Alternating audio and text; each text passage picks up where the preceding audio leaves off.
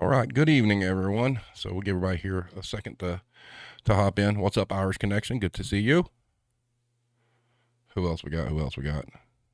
Seems to be working everywhere, so that's awesome. That's always a plus. Twitter's going fine, and YouTube is going fine, and I'm assuming Facebook is fine as well. What's up, Blame Tag? Good evening. All right. So this evening, Hybrid Hooligan, who was watching the movie earlier, sir, just to let you know. Everybody welcome Andy Greskoviak. God, I knew I was going to blow it.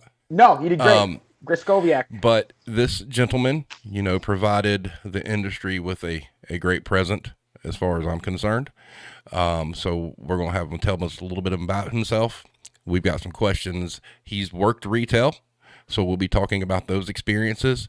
Going to be a fun night. If you guys have questions or whatnot, hit them up in the chat. And without any further ado, Andy, tell us a little bit about yourself, sir. Right on. Thank you so much for having me. First and foremost, it's very, very exciting. As you were saying, I wrote a movie called Black Friday that premiered in limited theaters, but on streaming over the holiday season, and now is on most VOD platforms and DVD. But before that, leading up to it, I worked retail, right? And it's a movie about retail and retail workers and sort of the plights they faced regularly, and then sort of supernatural threats as well. But yeah, before we made that movie, I worked retail we were just talking about it, for like 9 years. I worked in different service industry jobs, so I know it well. And all the stuff in the movie was pulled from super personal experiences, relationships I had in the workplace, encounters I had with customers. I just dropped something. I'm sorry. Yeah, so that's, I come from the Midwest. I'm from Illinois. I was born in Chicago, so technically I'm from Chicago, but raised in a suburb. Went to DePaul for film school and moved out to California to like pursue the dream, right? To make movies. But the whole time, the whole through line through this entire experience was retail. So the entire journey until I was actually making a movie, I have a retail job that corresponds with every step of the way. So that's a bit about me. I could share more. I can't share less, but I could share more if you. Well, we obviously know you did the movie, but let's get into your retail background a little bit. So where did it all start? Started when I was when I was in high school. I never worked like a real job. Like it was always my mom was a real estate agent, so I worked with her real estate office and like would put those flyers on your mailbox. Like that was me, right, for a summer, and like helped take care of my grandpa for a summer, which it's not a real job. And so then when I entered college and in the summers between, I started looking at retail jobs because I thought it was like especially specifically at Toys R Us. That was the job I wanted during summers because I felt like I was like, this is great. It's a fun place. Like I'm gonna work a fun job during the summer. And so I applied at Toys R Us, got that job, worked there for only like 6 or 7 months. Quit because I was doing the commute. So I was going to school in the city and working at Toys R Us Friday through Sunday night. And so or Thursday night through Sunday. And so that was kind of that. I quit just because the commute was weird. Then I would work intermittently between Bath and Body Works and a store called Things Remembered, which was like a personalized engraving store in our local mall, Stratford Square Mall in Bloomingdale, Illinois. And they were in the same mall. So I would work at both of those places for a couple years throughout the rest of college. Left college, went to work at a men's retailer called Bonobos. So that's like an online retailer, but they have storefronts. And then they got bought by Walmart. So I worked for like the big one for a little bit, and then finished up at a place at a small like boutique furniture store that I was fired from. And then I worked Instacart, which isn't retail, but that's the service industry. And then made a movie. So that's my timeline. So I never really chose a retail lane. I just worked in stores. Somebody in the comments said, "Oh my God, I know Stratford. I lived in Naperville." No way! That's awesome. So you know probably 2 or 3 better malls, and then Stratford, which I love. Stratford, childhood, but that's another thing. I think there was always. I think I've always tried to beat the system with my jobs, and so I was always trying to find the place that was like fun or maybe gave me that nostalgia kick. And so even that, where it's like, I worked at Stratford Square Mall. It was not in its heyday. It was like far past its prime, but there was the part of me that was like, oh no, this was a fun place I would go to and like have a blast when I was a tween or whatever. And so I worked there because I thought maybe it could be fun. It never was. They always got me. Well, Blame Tag asked, as fun as you thought it would be. And that kind of goes to like one of the scenes in the movie, where your character's talking about the dream of working at the place that your parents dropped you off or took you to as a child, referring to a toy store. So would that be accurate as to how you felt about working at toys? Oh man, that entire monologue from Chris. So Chris is a parable for me, just in that neurotic, germaphobe retail employee, and that whole monologue he has that's from my life. Except it wasn't my dad. My dad wasn't like, "Welcome to corporate hell," but people were, and it was it. I remember thinking when I got the job at Toys R Us, this is not hyperbole or a joke, but when I got interviewed at Toys R Us, they gave you a box of Legos. And they were like, build whatever you can imagine, pass your creation to the left, and sell me what the person next, there's a group interview, what the person next to you has passed you. And so then I get the job, and I go home, and I remember even being like, no, the interview was like pretty lighthearted and silly. Like, I think I got a fun job. I think this is going to be really fun. And like I said, in my mind, it was the place that when you were a kid, you would beg your parents, like, "Could we please go to Toys R Us?" and just like meander through the aisles and just look at toys we don't have. And so I thought, like, here we go. This is going to be great. And it was really brutal. It was really, really tough. I will say this. I've got to mention this to everybody that's watching. So, they gave you Legos. As far as I'm concerned, anybody that goes to work in retail, they need to have some time with Legos so they can at least learn how to stack. Seriously, there's a lot of practical uses in the Lego world, but I was so confused when I was like selling this birthday cake somebody built, and I was like, "It's great, it's yellow, you're gonna love it." And I thought the job would be a lot like that. It's naive. It was my first job, but it was. They definitely, before I clocked in for the first time, they weren't saying it's not like this. You know what I mean? So. It was. So did you work through a Christmas there? Mm-hmm. I did. Ooh. Well, even worse. I quit the week of Christmas, so I worked through the holiday season and through Black Friday, which was bad. And then I worked through Christmas, and they asked us all to put in our days requests off for the week of Christmas. And Christmas time. At the time, as you got closer to the holiday, Toys R Us would stay open longer and longer until the week of Christmas. It was never closed. That's right. I remember those days. Yeah. Yeah, and so, and it's so parents can shop whenever their kids are finally asleep, and I get it. But they came to us and asked, like, okay, what time would you like off, or what days would you like off for the week of Christmas? And I remember putting in specific days. And I can't remember. I do think one was pretty coveted. But like swinging for the fences, going like, can I get Christmas Eve off? I'll work Christmas Day. And somebody coming to me and saying, you're actually going to work Christmas Eve for having the audacity to ask. And I was like, weird. And it was right at the time where I was kind of like, the commute's already killing me because I was primarily living downtown for school. And so that was kind of the straw that broke the camel's back. But really, it's it's Thanksgiving and the 2 weeks following that are the shit show. And I was there. It was wild. I would go in some days at like 5 a.m. to just make shipments and just packing boxes of toys to send out to people. I felt like an elf. I felt like I was one of Santa's elves, and it was wild. It was exhausting. and draining. And I just remember me and a lot of other people, and it's weird saying this now on this side of the movie and this side of a global pandemic.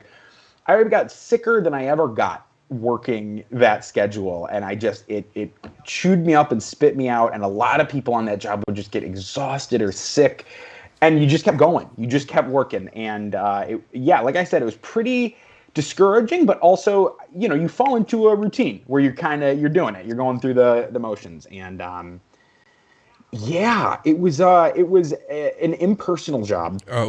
In that, I got a fun question for you. A hero asked, do you recall what the toy was to get the year that you left? Totally. Two things, because I had people screaming at me. So one, there's a toy called Skylanders. Yes. That was like, it was like a toy. You would put it on a platform, and that toy you could play it on your PlayStation or Xbox or whatever. So that was huge.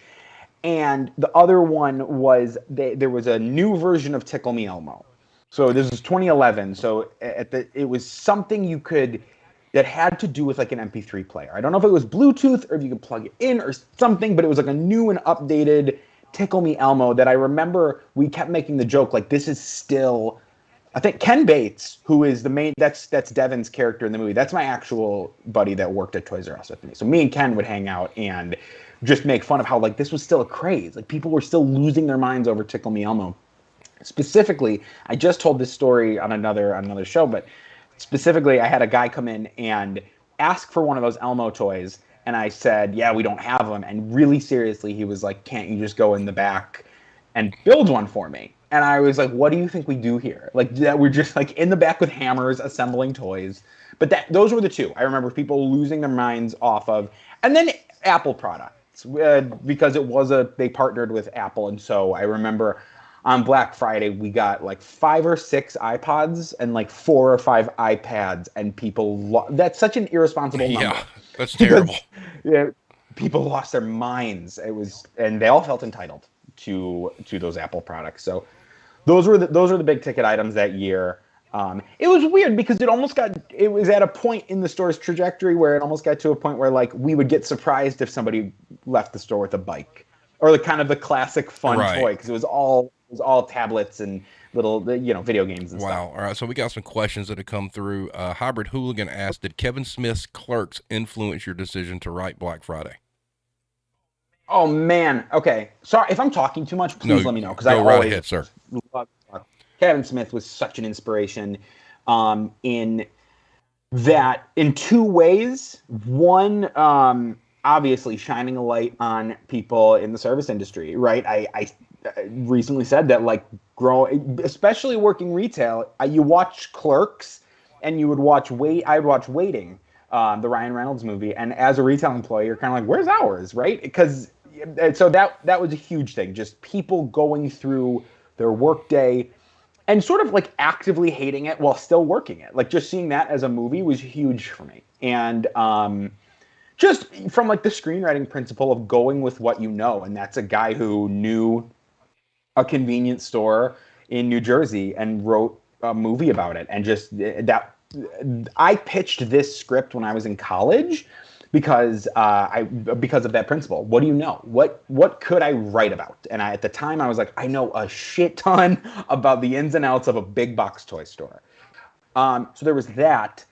And there was also his movie Tusk. He made a movie called Tusk in 2014, was hugely influential in just the monster style. Actually, Bob Kurtzman, who made the walrus monster in Tusk, came on to make our creatures, and because it just really helped solidify this love for practical creature effects this side of 2010. Yeah. You don't see it a lot. It's a lot of CGI. So, yeah, Kevin Smith, hugely, hugely inspirational. Another question, if I can find it here. Irish Connection asks, what movie or TV show depicts retail most accurately other than your movie that you're aware of? Big fan of Superstore. Always a huge fan of Superstore, because I think it really shines a light on because I always had such a soft spot for working retail, even though I would come to resent a lot of retailers. And that's, a lot of it is, and what they depict in Superstore is those, like, relationships, the people you meet, the friends you meet. I know the feeling of clocking in and going, oh, Ken's working today. Nice, right? Like, it's maybe not going to be the easiest day, but it's going to be a fun day. Like, there will be fun parts. And so I always thought Superstore did a good job of establishing that camaraderie that I would feel. And maybe make it, showing that like a shitty work day could be made a little bit nicer with some friends and with some good people around you. Doodle Piz asks, have you had any backlash from retailers or corporate America over the movie? No, none. I think if anyone did take issue with it, I'd be happy to talk to them about it. I've always thought the concept, I've worked a lot of Black Fridays. I've always thought the concept of it is disgusting.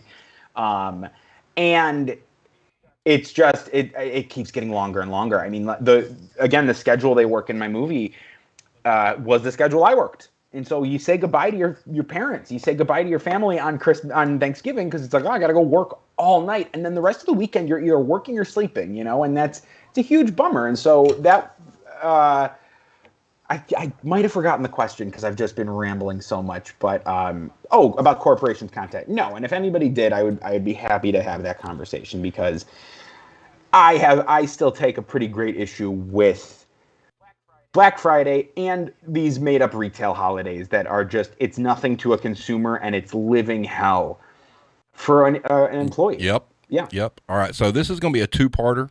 One question is going to kind of piggyback the other. Blame Tag says, I want to know how the hell you landed this Dreamcast. Somebody, must have been me or the director, Casey, must have like wished on a shooting star or something, because we'd get these like lists of names from our casting director, and they'd say, well, who would you think, right? And it's kind of a tough thing, because you got to think, well, who fits the voice of a character, and who could we kind of help fit the voice of a character? And so then the list started getting shorter and shorter, until it was like, well, what do you think about Bruce Campbell? And I said, wow, I mean, yeah, that'd be great. Okay, let's make a list of like 10 Bruce Campbell types, and we'll try. And it was, then our producer was like, no, he's in. He wants to do it. I think a lot of it is a story. People like to get behind a story that needs to be told. I'm not patting myself on the back at all. I'm just saying, like, that the story of retail employees, I think it, especially given the time it was shot, we shot in November to just before Christmas 2020. And so I think it was a story that a lot of the cast responded to, as far as, we were in a time when it was like, yeah, we're all in our homes, avoiding a pandemic, except for, service workers and essential workers, right? And so I think it was a story a lot of people connected with.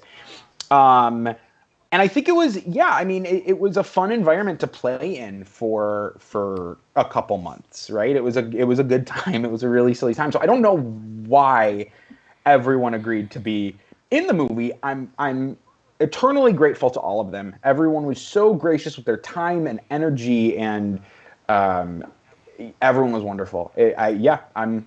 I'm surprised as well. This is the second one. This is Proto Rage saying, I have to ask, movie-wise, did you have a geek out moment having Bruce Campbell in the movie, especially with his big claim being Evil Dead and been a character employee of S-Mart? Yeah, it was. Absolutely. The first time I met him it was just, not necessarily starstruck, but more just sort of like, I can't imagine you will want to talk to me. It was really exciting, though, because one, he was able, I again mentioned this on another show, he'll always bring you back down to earth, because if you complain about anything, he'll talk about working on Evil Dead with like a crew of like 4 people or whatever, and how, so you can't complain about anything. But also really, really dug the script for what it was and what it was doing and saying, and liked the characters. Like, any time we would bring up Evil Dead or anything and say like, oh, do you see similarities? Do you think? He was always drawing that line in the sand, going like, nope, this is a separate character. It's a whole separate thing, right? This isn't an Evil Dead movie. And he would always say, more than anything, I see it as like a Breakfast Club movie. He said he's like that's why he loved it. That's why he loved he came on board. He was like it's a character movie. It's a movie where we get to see people connecting and fighting monsters. But he was like, you're never rooting for heroes who have nothing going on, right?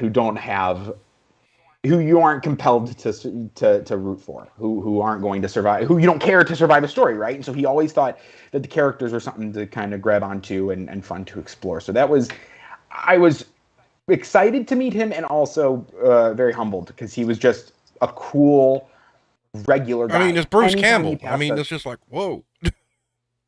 Anytime he'd pass it. So I was really, really tight with Ryan Lee and Stephen Peck and Ivana Baquero on set. And anytime he would be like near us and we were having a conversation, he would chime in and he would have thoughts or whatever. And we were always, I think, very stunned. Like, why? You care about what we're talking about? Because it would always be insane. It would always be something so silly. But I guess it was that. I was more really impressed with how just real and cool he was. But, having that name attached had to help with the draw. Yeah, absolutely. And I think he's got a certain stamp of approval, right? I don't know that Bruce has been in anything that isn't exciting. And so it's like getting him on board. And what's really fun is, obviously, especially having the movie be the genre it is, a lot of people bring up Evil Dead. But I've had so many people who have connected with him in different projects that it's great. I think he's a part of everyone's cinematic life in one way or another. I mean, so I've had people mentioning Sky High, which came out when I was in 8th grade, right? And it's like, yeah, no, and if he will talk to you about it, he'll talk to you about the Spider-Man movies, or it's cool to have someone who's such a seasoned vet in the movie, and a seasoned vet in the genre put their stamp of approval on it. It meant a comment just came through. Hero 130 says, "quote unquote, they're never really dead." Oh man, he was so on board to be silly. The first draft, Jonathan's pretty much just the heel. The boss is just he's the bad guy, right? He's the one who's kind of like, hey, we should all keep on keeping on, right? Let's go back on the sales floor. But when Bruce came on, he added such a weird energy to it that we actually kind of tried to give him a redemption arc. But in doing that, he also is kind of this weird Greek chorus commenting on the mythos of these monsters the whole time. Because he can juggle it, I think, so well. We could give him like, oh, be funny, be heartwarming, be kind of evil, and also thread this needle about the mythos of these monsters, and he could do it all. So go ahead. Yeah. No, it was just that. It was impressive to see, but it's like once he came on board, we're like, oh, let's beef up this character, not just to get him in the movie more, but it's like, oh, I think he could do this. Yeah. To your point about, threading the needle or whatnot, and the redemption arc, Proto Rage says, I admit at first his character was definitely one that you didn't want to like, but then his character growth to wanting to be accepted and be a good leader. Yeah, I think, everyone, and there's this scene, thank you for watching, by the way, commenter. But I think everyone ends up in retail for a different reason. I tried to convey it in this scene where they're all sitting in the warehouse. And I think deep down, we're all human, right? And we'll all have different commitment levels to any given profession. And I have an undying respect for people in the service industry, right? It's just, it comes with the territory. And so I got to a point where I thought, Jonathan isn't purely evil. It just takes him a little bit longer to come around on the survival of the group over the survival of a store. And when you're in a management position, when you're in, I think you drink way more of the Kool-Aid. So you're the guy who's going like, no, we got to stay open longer than anybody else. But I wanted to show him eventually come around and eventually find what he was looking for. Well, what was done, and I think it was amazing, if you've worked in the business, is the age difference between Jonathan, obviously, and the staff. When you look at that just visually, that's kind of the attitude you'd expect the old salty manager to have.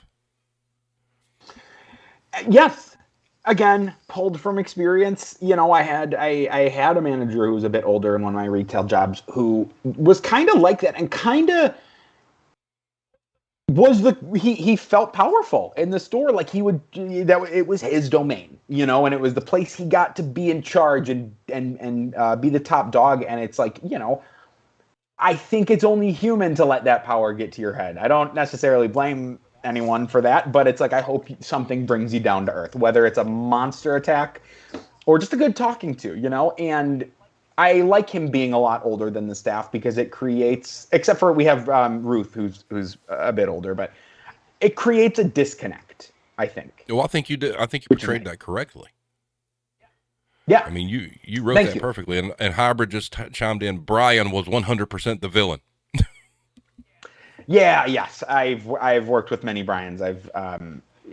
Stephen was great. Stephen Peck plays the character Brian and brought just and they've never worked retail, but they've worked in other service industry roles, and just brought this like snide cruelty to the character that was so real, and it was so fun to see because I think everyone's worked with somebody like Brian. Everyone's worked with someone where it just get under my skin in such a specific way. And you know, this is I guess a spoiler, or a thing is the story I wanted to tell, the people who perish, who die in Black Friday, were to me the people who were going to stay at We Love Toys forever. And the people who get out are the ones who would eventually have gone on to find another job. And that's not a bad thing. It's not, if you stay at a job and work your way up the ladder, that's great. And so I think people that are ostensibly good and bad die as employees of We Love Toys, but I always just looked at it as who would stick around, who would stay in this gig for a bit longer. And I think Brian is somebody who, the customers would be the death of him, and he would definitely suck up and pander until he was the manager or, a regional manager. I'm sorry. The scene with Brian trying to talk to your monster and getting flicked like a paper football was hilarious. It was great. I always pictured it way more shouty, but Steven played it so just like he was actually trying to have a conversation with this creature, and it was so funny. It came out perfectly. All right, so let's get into a little of the Hollywood stuff. So you had told me off stream you had been writing this for about 10 years, right? Yes. So kind of walk us through this. We're going to get into some uncharted territory here because I'm sure a lot of us are curious how this works. So walk us through pitching it, who optioned it, and like from the time somebody optioned it, how long it came to fruition. Okay, awesome. So like you said, wrote it for like 10 years. It started out as a script in college, and the two main characters were both 20-something guys who were like, work sucks. And then, I would edit it and revise it, but over time really came to think like, oh, what if Ken is like a bit older, right? What if they're not in their 20s? Oh, what if he kind of likes it here? What if he's like the coolest guy at the store? So that was the big development, and kept changing kind of what the monsters were, and went through a couple bouts of people being interested, which is like a devastating holding pattern to be in, because it's just basically like people circling the script going, we're reading it, we like it, we might do something about it, so don't be sending it out. And so that happened a couple times to me. And then when I was at my final retail job, met Casey online. Casey's the director of the movie, and he's also made some wonderful documentaries about Aerosmith and Steven Tyler. And he had another feature, a narrative feature called Happy Birthday that came out in 2016. And there was this website where you could pitch to people, to creatives and managers and agents. And I found Casey on it, pitched him this idea. He responded and was like, send me the script. And I sent him the script, and then he emailed me and said, send me your number. And I sent him my number, and he texted me. He was like, I think we could do this. I think we can make this movie. And Casey, his movie Happy Birthday, he had packaged it with Gersh, this agency. So he's like, I think we could take it there and see what they could do with it. Went in, pitched it. They really dug the idea.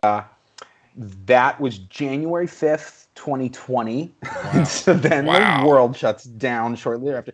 Yeah, so we do like the first initial meeting, January 5th. I take another, and it was just a shot shocking juxtaposition because I take my second meeting and it's like a completely vacant office compared to, I went in first and there's all these assistants and whatever, all this business going on.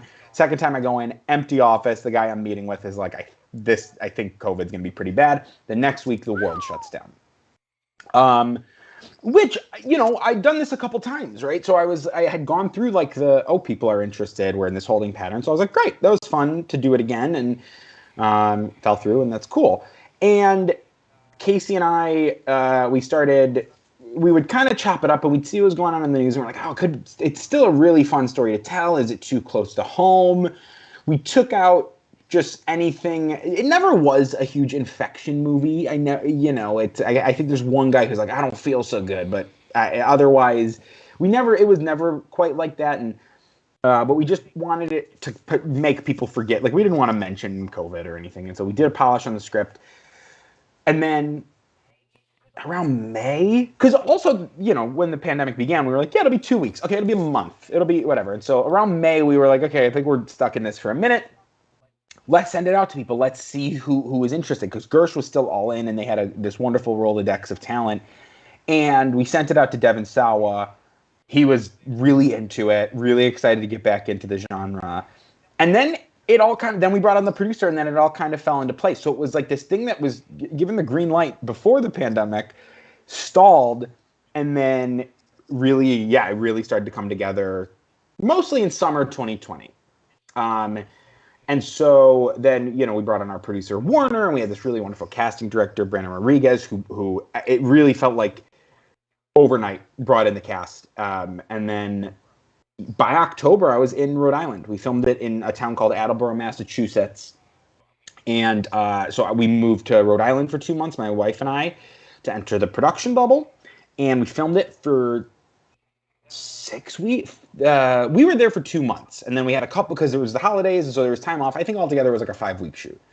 And then came back and did post-production in LA, where we just sat and you just watch the movie. I think I've watched the movie 300 times. What's now. a typical time frame on post? How long does that take? So it's interesting, because this is my first feature film, and it took us about 6 months, 5 months. And I think that's pretty typical. Most of our CGI is it's patchwork, right? It's going like, oh, you could see something here, so let's color it out. So a more CGI heavy movie, definitely longer, but most of our stuff was just cleaning it up. So it was about 5 months, and that was all. That's editing the movie together, scoring it, doing ADR, where the actors get back in the studio to re-record lines or to add sound effects. So it was around August 1st, 2021, that I sat down and watched what everybody can watch. Wow. So actually the post took longer than the actual filming. Is that correct?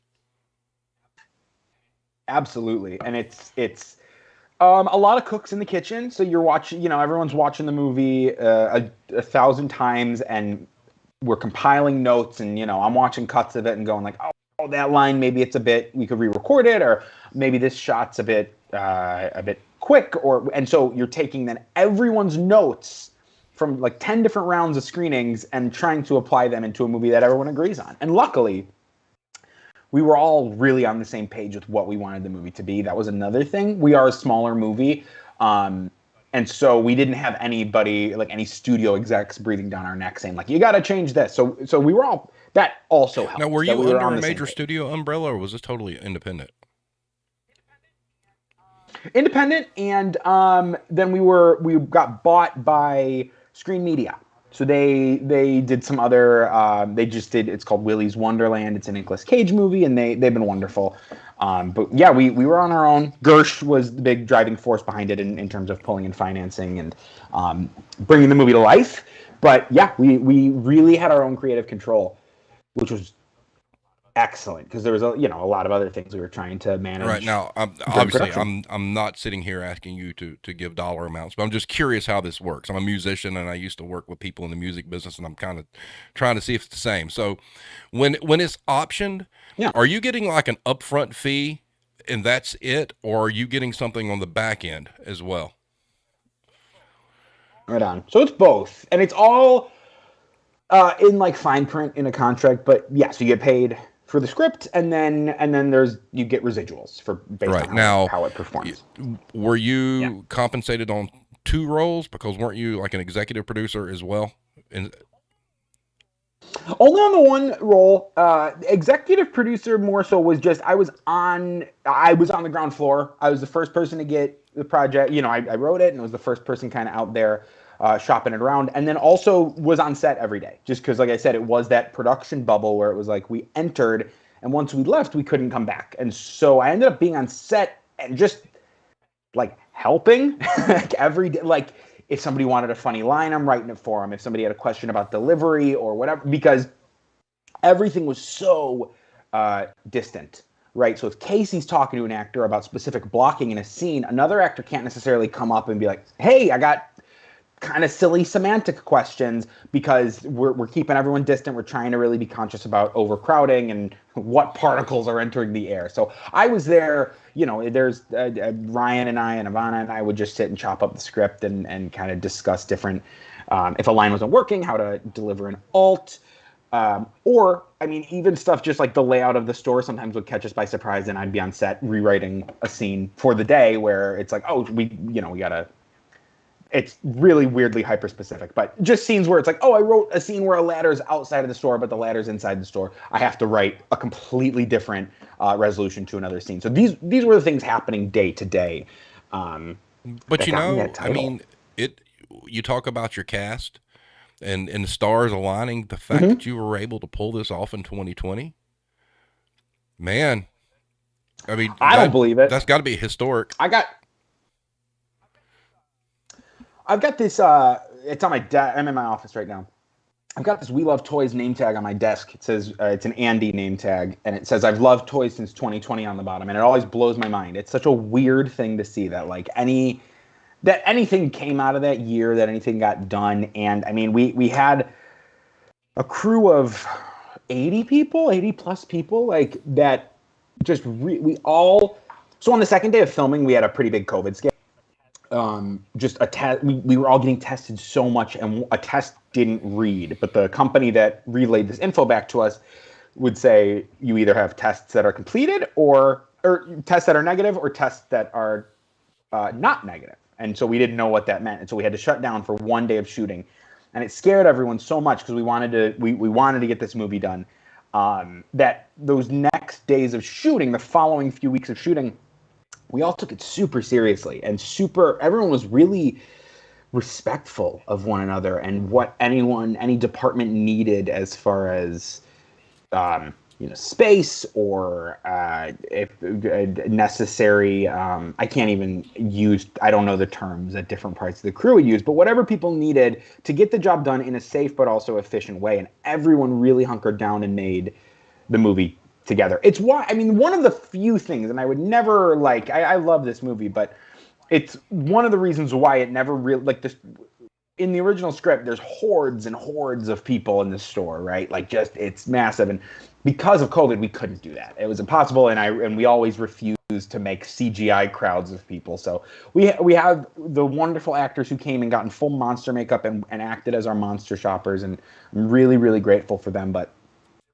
yeah, everyone really, really hunkered down for the production. I did notice. So there was a logo revision, I believe, for the title, because it seems like there's. So how did that come about? Because I noticed that there was a logo revision, and then it had the tagline of "overworked, underpaid, and ready for the apocalypse."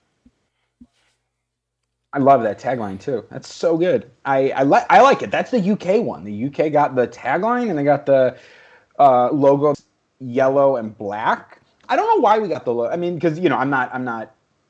I didn't get to meet with anyone on the poster or anything, but the font certainly looks kind of Evil Dead-y on the American poster, so I'm sure it had something to do with that. I'm sure it was like, oh, it kind of, and the text is red. I think it obviously implies horror, but Christmas, and I just, I live in America, so I would imagine that's why. And then the UK one, I think it just probably corresponds with, I don't know if it corresponds to maybe a big box retailer or something over there. The thing I noticed about that and what piqued my interest on it was the fact that boy, if that doesn't go along with the retail issues right now, nothing does. It was like, okay, did whoever do this figure out, a way to kind of coordinate this with all the issues that we have in the industry? Because it's like, wow, that had to have some influence. Right. I think so. I'd imagine so. And it was always, I always loved that idea. And early on, was always something we tried to work in. If we didn't get any leeway with taglines or anything, but we always wanted to make something about being underpaid, or like, even one of the jokes was like about fighting to save the world only for, it was like $8.50 an hour or whatever joke was we made. But like just making it clear, like not only are they doing this against their will, but they're getting paid jack shit for it. Yeah. I think I've cursed twice. You can curse all you want. I do not care. Yeah. Awesome. So thank you. Whatever you need to say. I do want to say that I was having a discussion with Hero. I was close, Hero. It was not a Toys R Us. It was a Babies R Us that it was filmed in. So I was close. You had said it came out like you wanted it. This is really kind of how you saw it being, correct? Yeah. It's either, I always say everything is either just how I pictured it or in ways I never imagined. Bob Kurtzman did our creature design and would present us with sketches for monsters, and I'd never pictured our final monster to look the way it looks, just because my brain didn't go that way, right? But I was so overjoyed to see it, and yeah, I love the movie. I told you earlier, I feel biased when I say that, but I think it makes me feel fulfilled. I feel like we at least hopefully I hope one employer watches it, one manager or a retail employee and watches it and goes, oh man, I don't get treated the way I deserve to be treated. I don't, this working Black Friday is kind of fucked, right? It's not fair or sensible in any way. And I've gotten more than anything, and the things that really I've read a lot of positive reviews, which are exciting, but I've heard from a lot of retail workers, former and current retail workers, who watch the movie and really feel like it's doing something, right? It's saying something, and that means a lot. Just because that's who it was for. It always was. I was always so excited when it was just a script. I was so excited to send it to my friends in the store, because I was like, oh God, how funny! Isn't this fun? This is a cool thing, and it's for us. That's the beautiful thing. I mean, there are things in there that the average customer or the non-retail employee will never ever understand or get, and it'll be lost on them. But if you watch this movie and you've worked in the business, you'll just start kind of like snickering, just over a little phrase or something or whatnot, because it's so damn dead on. Thank you. That's what I wanted. And I would leave when I was writing it. It's the best, because I used to have in some of my later retail jobs, there was a team laptop that you could send emails to clients out on and whatever. And I would type the script in my email drafts and then send it to myself. And then I would get off at like 10 or 11. And so I would work from whenever I got home till 4 a.m, formatting what I had written in email drafts, right? Boss gets $1, I get a dime, right? And so, but I would leave, and any time I would leave with this email full of ideas, I would always think, like, I want to make a movie for retail employees, people to watch and go like, yeah, right on. But also, I don't just want it to be a reminder of your worst days at work, because that's where the monsters always made it so fun for me. Is it's like, yeah, it's not just purely like work sucks, it's bad, and whatever. It's a little fun. We're having fun and we're getting silly with it, but also hopefully making a case for retail So from employees. a film standpoint, is this kind of like your favorite genre, like the horror genre, or is there other things that you want to do? I specifically love right now horror comedy. I think it's fun. Scenes like the scene. There's a scene in our movie where everyone's sitting around. I think I brought it up already. Talking in the warehouse, kind of talking about how they got a job at We Love Toys. That's my favorite scene, because it's like, oh, it's kind of scary. They're all going to die, but it's funny too, because they're talking about the different reasons how they ended up here, and it's personal, and it's creepy and sad and whatever. And it's just fun to feel so many things watching a movie. And so right now I'm loving horror comedy. That's just the space I really would like to live in. I think pursuing any script, I'm like, it's a horror, and then I just end up kind of writing silly bits or whatever, where it ends up becoming a broader horror comedy. So what's your long-term goal? I want to tell stories. I want to tell stories, and I also want to help others tell stories, because we've all got a story. I think even if we wanted to get hyper specific, right, and just speak to aspiring screenwriters in retail, and you tell them all to write their Black Friday idea, you'd have 1,000 completely different stories, because everyone experiences it differently. Somebody might write a rom-com about Black Friday because they're like, no, I love it. It's great. It's a really kind of magical day, right? And so part one, I got a lot of ideas. I want to tell stories. I want to share my stories. I have a lot of fun writing and collaborating and, sharing what I got to say and hopefully making somewhat of an imprint on this industry at some point. But yeah, like I said, it's a really hard industry to get a first chance in. Really easy, evidently, for some people to get a second chance, but really hard to get your first shot. And so just even talking to creatives on set and talking to people afterwards, I would really love to help people get their stuff out there and get unheard voices heard. I think the movie industry and media as a whole, it's like, yeah, we're taking a step in the right direction as far as diversity on camera goes, and I want to make sure we're getting it behind the camera too, and in writing. I just think there's a lot of voices that need to be heard. Speaking of which, so I was going to ask you, what would your advice be to somebody who want to get in this? Because Blame Tag, who was one of our loyal team members, had sent me something, an idea he had that I think that you would enjoy. So how does he go about getting that to somebody? And I mean, it's a retail kind of based thing, not too far off from Black Friday, but different. And where does he go?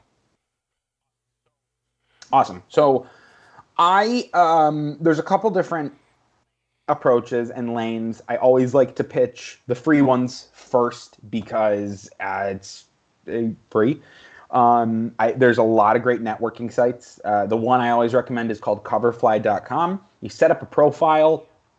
You can meet other creatives, writers, directors, producers, share your ideas, swap scripts, meet people who might be in your neighborhood, might be in your neck of the woods, right, who want to help make a story come to life.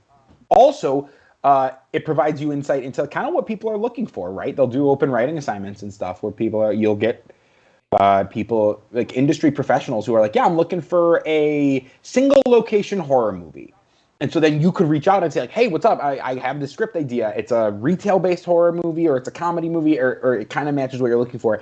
And that's free. That costs nothing. So I'm always like, go for it. Get your name up, like just and it's a really easy and concise way to collect all your. So I have a profile on there now. And it's like, and I did not create the website. I think it sounds like I did, and I'm like trying to pitch it, but it's just cool to have like, I've got like my 6 scripts that are up there, and it's like you could read the log line, and I've had people who go like, hey, listen, I just was passing through, saw your page. Can I take a look at this one? And so it's just an easy, free way to get people to look at your stuff.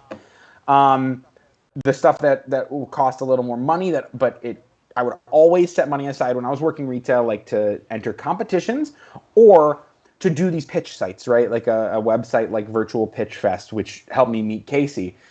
And at the time, I think it increased a little bit. I think it's like maybe $12 a pitch now. It was $10 at the time. And so you'd buy packages and you write a query. So I would just ultimately, if you have an idea that you've written and you want to sell it, write a query, write that pitch. Say, hey, here's who I am. Here's my deal. Here's the story I wrote. Here's how you can market it. And you could even say it's Black Friday meets something, right? Go ahead. It's permission to say it's similar to this, but meets that. Black Friday, we took it around saying like, well, it's Zombieland, but it meets Office Space, right? It's waiting, it's Dawn of the Dead, but it's waiting, right? It's silly, right?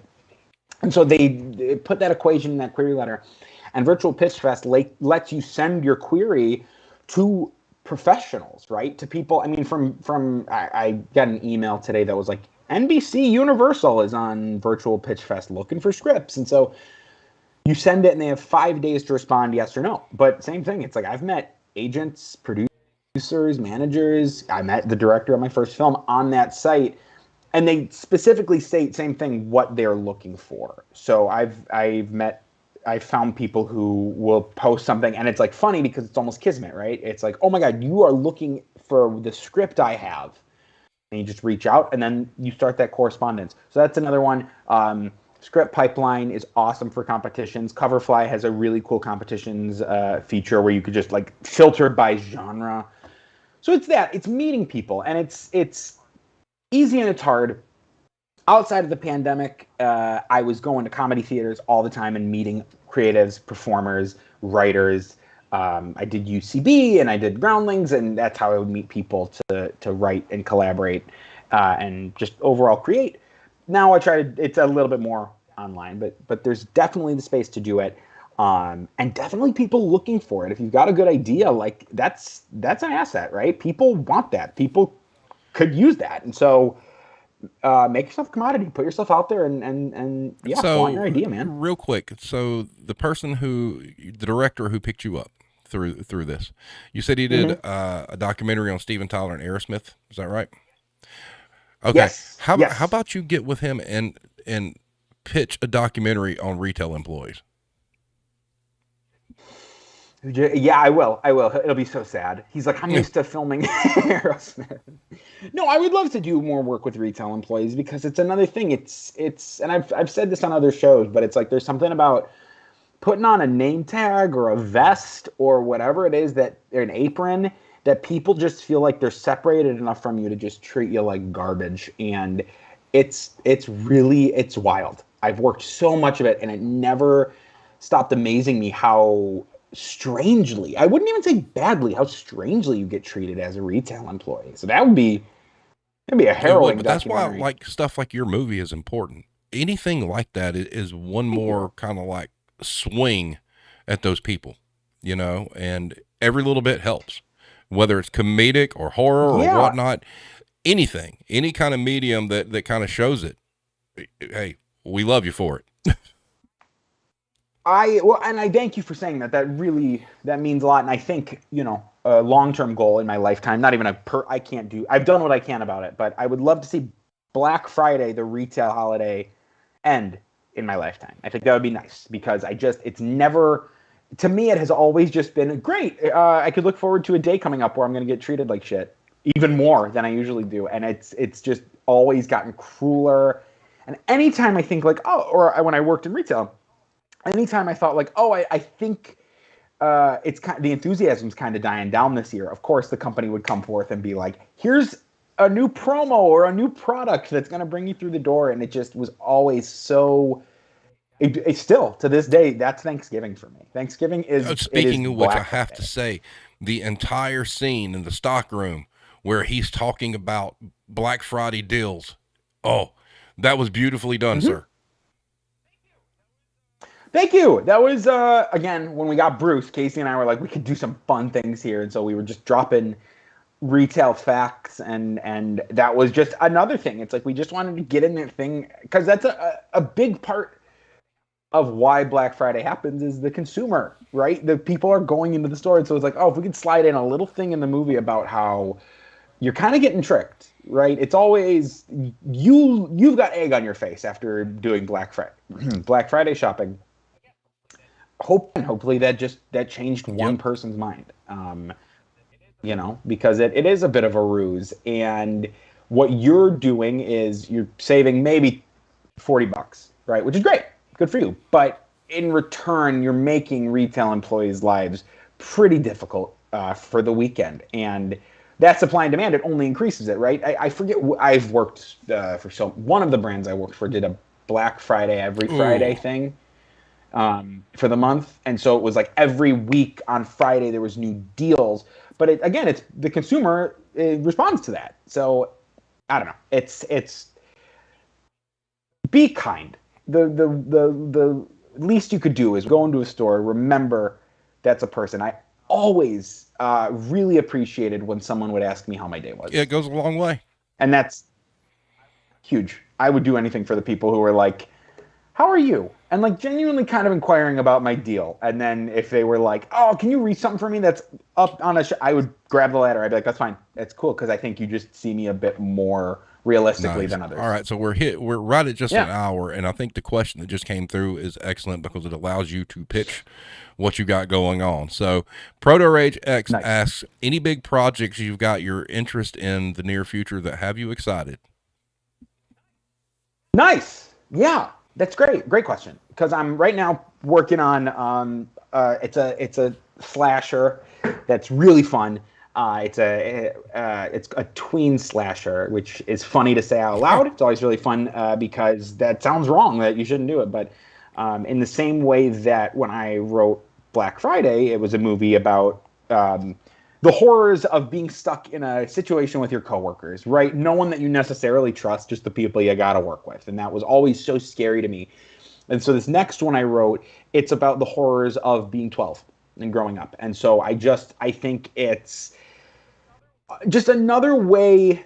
For the way I wanted to make Black Friday was same thing. I want retail workers to watch it and to feel like, oh, I'm not alone. Other people feel the way I do. And I wrote this movie about tweens, and it's very scary, but also very much about just the most awkward. It's if Big Mouth was a slasher, and I hope a kid watches it and goes, I'm not alone. I'm not. This is a really kind of nightmarish, weird time for a lot of kids, and so I got that in the pipeline. I've got a bunch of horror comedies I would really like to get off the ground, but something I've discussed at length with the people who worked on Black Friday is like we've just, in my opinion, scratched the tip of the iceberg as far as Black Friday stories go, and it's so many different industries, and I would love to return to that world. Well, Hero had asked earlier, I forgot to mention it, were there any plans for a sequel, quote unquote, Green Friday? Green Friday, it's so funny. I so many people will tweet at me like, when's Cyber Monday coming? When's the sequel Cyber Monday? I always say the sequel's called Small Business Saturday. I think that would be very fun. I think anyone who's forced to go work that weekend deserves a movie. And so, yeah, I would love to hop back into it. I think it's such a miserable weekend for so many people. You could do a whole movie about EMT workers. You could do a whole, there's so many stories to tell. So I've always joked about the sequel being, if we did a sequel, doing a direct sequel or doing a completely separate story, doing the same night, show the same night, just a different Or business, you could do Cyber Monday to be kind of like Scanners. Exactly. Right. And that's the thing is like the possibilities kind of feel endless, and you make it, I recently mentioned just like these massive Amazon distribution centers uprooting these smaller or lower income neighborhoods. You can make a whole story about that and how that affects these people. And nice. Yeah. All right, Andy, I got to tell you, this has been great. Thank you so much for being on, man. Thank you. Of course. I thought the movie was excellent. I think it's a good time. Anybody out there who hasn't watched it, please do so. I mean, it's not lost on you being in retail. Trust me. Retail employees are going to get a whole lot more out of this than John Q. Public, but it's worth it because, like he said, it's for us. And thank him for it because he did a damn fine job. Thank you very much. That means thank a you lot. so much, Andy.